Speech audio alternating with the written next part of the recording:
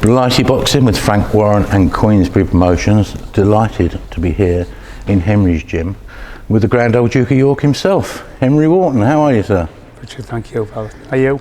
Yeah, very good, Henry. Lovely to be here. You've got a smashing setup here. I'm so impressed with it. It's like a boxing gym, a boxing venue, all rolled into one. Well, it is. I mean, we struggle at times with it. Obviously, the COVID's kicked in, and it's unfortunately we've been without shows for 12 months, which obviously generates revenue in order to pay bills and so on, but we won't go on. There's a lot worse people off than us. But it's been tough, but it looks like we're back now. Touch wood.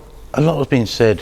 Frank himself expressed fears during certainly the initial lockdown, but we could potentially lose a generation of youngsters to the sport, you know, because without this routine and what they get from the gym, you're potentially probably going to lose them. You're going to find out pretty soon whether you have or not.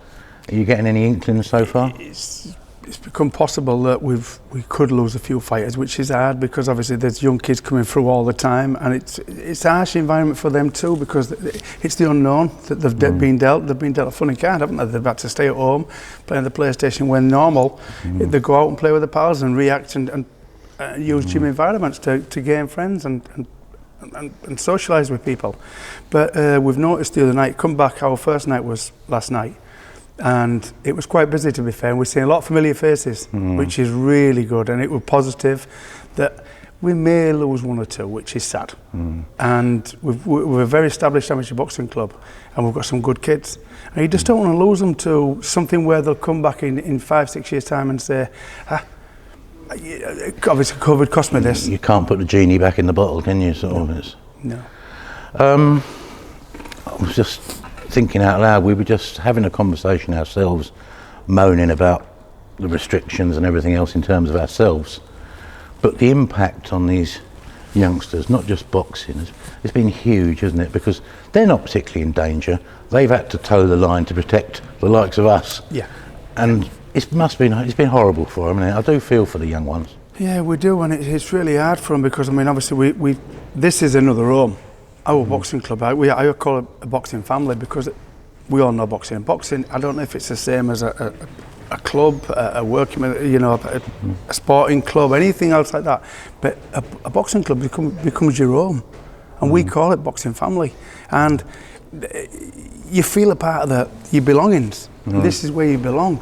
And it's hard for that's been taken away from them. And it's hard to tell them that we're still there for them, and we all care for each other, don't we? Yeah. I think the boxing fraternity in general. Well, I just think I know we're biased, but I don't think there's another environment which generates such respect, multiculturalism. People don't see colour or race or anything, being humble, that thing after a fight, you know, it's just, I don't think there's another environment that can create that. Governments see it around the time of elections, but then they tend to walk away from it other times. I think they all see it too late, unfortunately. I think it's a very down to earth sport, is boxing, and because you interact so close and it's up close and personal, you get a better bond with people. There's a trust, and you trust them, and the people what's obviously not as good as you in different positions, you see young kids being prepared to help them. And that's what we do as a gym environment. We look at the better fighters to help the not so good ones at this particular moment, and they might flourish and take over the better ones. It's a fantastic sport, fantastic. Like you said, you've sort of predominantly focused on the amateur game. You are moving into the professional side, or you certainly have. Are you just trying to work a hybrid at the moment, are you? Sort of? It's difficult at the moment because obviously I'm juggling and jiggling, and we go in, we're trying, but the process is working for now. You know, we've got some young amateurs come through, and in the past it only saddened me slightly because in the past I've took fighters all over the world and they've gained gold medals, and I've took a massive team abroad, and we've come back with more gold medals than anybody else. We've won the Boxers Cup of the year, and it saddens me that I wasn't a pro coach then, and I didn't take the opportunity to maybe take them kids forward. Is it now, but maybe you're affording yourself the scope? If you're developing a great little pool of amateurs, you can offer them the full Monty now, if you like. Yeah, exactly. And I think it's a great way forward. And obviously, what George is doing, it's a great platform because people look up to him anyway, because he's been a great amateur. And I think what the utmost with George is he's a lovely person. And he gets out what he puts in. And nobody will bear any grudges to him, because what he is a trier, and he seeks success. He seeks success, he listens, and he's a product of the gym. I'm a teacher, and that's what I do. And I go into great detail of my past life. I don't like to go into too much detail about my past life as a boxer. And I've took a lot of knowledge on board that I'm prepared to share with people who want to learn. George is one of them people who wants to learn. He's an avid learner, and I'm an avid teacher. So in effect, we meet me and George at the level, and it's encouraging for me, because it's encouraging for other kids to listen more, because they see the product of what we're producing, and then it's highlighted for them to think, if I listen, that could be me one day. What did you think though when you got a call from one of your former pupils to ask you about taking his son, who was brought up in Lanzarote? It's not the normal one, is it? No, it's fantastic as well. I mean, it's like his dad, respect his dad. We had a good amateur life together, but it's nice. The respect between us we've never lost that. It's still the lads that one of them used to be on EastEnders, and we all keep in touch with each other. And just like I said, a general boxing club. Everybody remembers everybody, and to bring George through like we have, obviously we've had him from day one as an amateur, and we've followed him on. He's won titles all over, he's won gold medals. Remarkable thing, getting him 50 fights in such a potted space of time. Yeah, he must have really sort of put it in done there. Really well. I think that was the mark though. But I was away. I was in Spain at the time, and George had just come back. He won the Arangay gold medal. He won the Eindhoven gold medal. Beat some great talent along the way, and looked really, really good, looked spectacular in spectacular fashion. And I was in Spain, and I was thinking about, wait a minute, that tournament's coming up, the national championships is coming up. Where can he evolve from in this particular point, apart from Olympics, which had been obvious, but to get into an Olympic position right now is really tough. Your face has got to fit, hasn't it? Yeah, it's really tough at the moment. And George always had a great style for the England setup. But just thinking, there's nothing like now. And I think he was the right age at the right time, and we turned him over. And I think it's just, he fell into it just like he belongs it. I think one thing that struck Frank, and he said it at the time, sort of, I'm not speaking out of turn, was that you hadn't got in touch with him for years. You never brought along random kids to him and tried to sell him selling him your fighters. Yeah. But he said, so out of the blue he gets a call from you, and he thinks, well, he's never come to him before, so it must be something good. We've noticed about George for quite a long time. Like I say, we've got some great talent in this gym, but he's always been one what's been more positive than everybody else on where he's going to go. His journey, other young kids, you have to tell them how good they are. George knows how good he is. He knows what he's capable of, and he's ready and available to take that opportunity on. And if you tell him to do something because this could better his position as he gets down the line, he will do it over and over again. His work ethic is second to none. I only know people who's equal to him on his ethic in working. So everything he gets, he deserves, and that's where he gets his plaudits. Now he's out next Saturday. He's got an interesting fight, hasn't he? I mean, the guy, like I say, in his very short career, he himself has jumped into a few fights. There's no way he's coming to make up the numbers, is there? Which makes it a good fight. Oh yeah, without a doubt. And Jamie Stewart, by the way. Yeah, we've watched the kid, Jamie Stewart, and he seems like a pretty nice kid. And what he looks like a trier. He looks like he's going to come to win.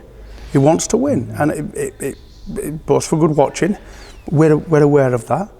I think what I'll play, and no harm to the lad, he seems and sounds like a perfectly gentleman, but George, because of his accuracy, and because it's George's first six-rounder, we're just hoping that everything takes hold later on in the fight.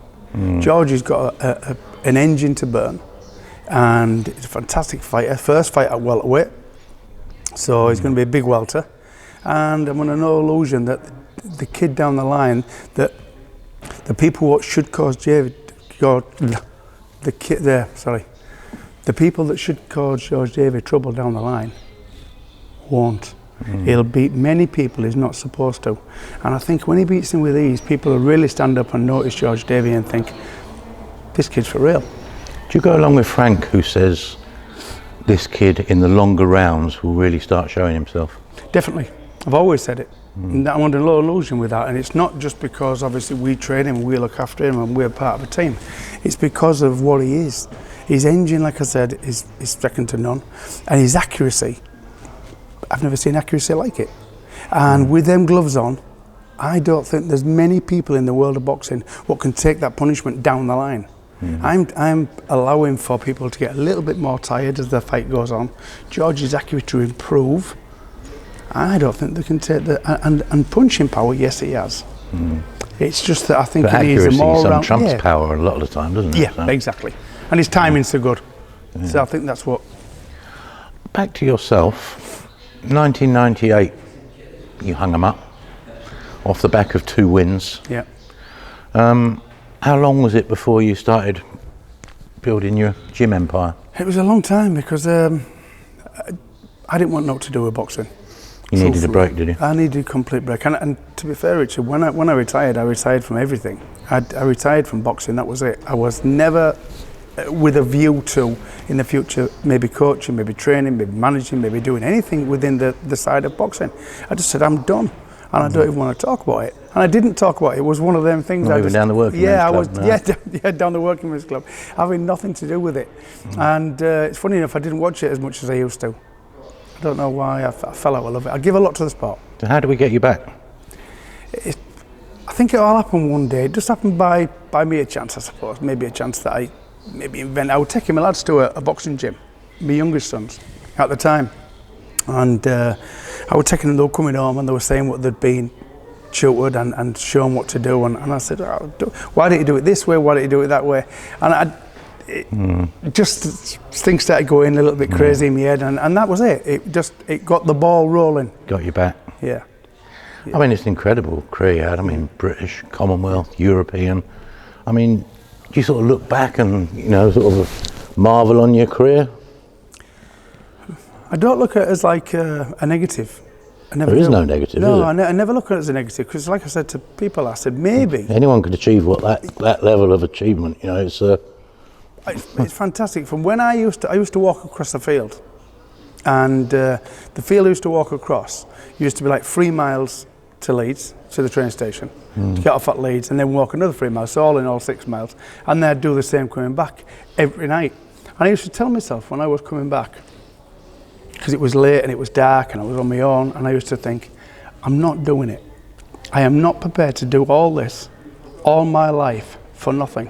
So I'm going to make it. Listen, that was my choice. Yeah. And I think I come through some tough fights, some real tough fights that I wasn't supposed to win. And I won against all the odds. So then I learned to win. Then it almost happened like by chance. I thought, wait a minute, so if I stick in and I really try, I can win against the odds. And that was just like the lads now. You want to install a platform where it's not all lost. You can win against the odds. I mean, isn't that what people write books for? You want success stories from humble beginnings, from people who was down and out, not meant to and be they easy, come back to gain the victory. And I think that because I'd come back a few times and won, I still think in the world title fights that I lost on points, that my little bit of attitude is the bell finished the fight. I'd have won eventually. I know that sounds crazy.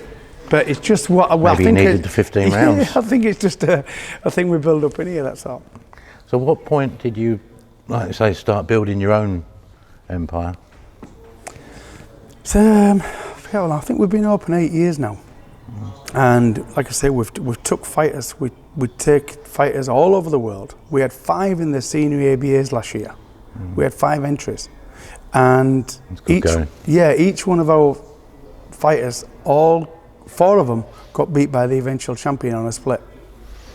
So it shows that we've got strength in numbers. Would you describe York as a fight city? Not really. Not really. I mean, it's getting more and more pros now. I mean, the lads are coming, you know, they're showing. I think what it is, you need somebody who says, I'm going to take a next stage. Needs a focal point, doesn't it? Yeah, you need a focal point. You need somebody who's going to take a step forward and say, right, I'm going to give it a go. I'm not going to be the one who just says, oh, that fell. Give it a go and try your utmost. And you can only say how far you can go, and you can be happy with that. Like me, it's like we're talking about, people say to me, shame he didn't win a world title. Listen, I fought for the best champion. I fought for I was just telling George, funny enough, the other day. I said, one thing I'm happy about, George, at the time, it was me and Mike Tyson.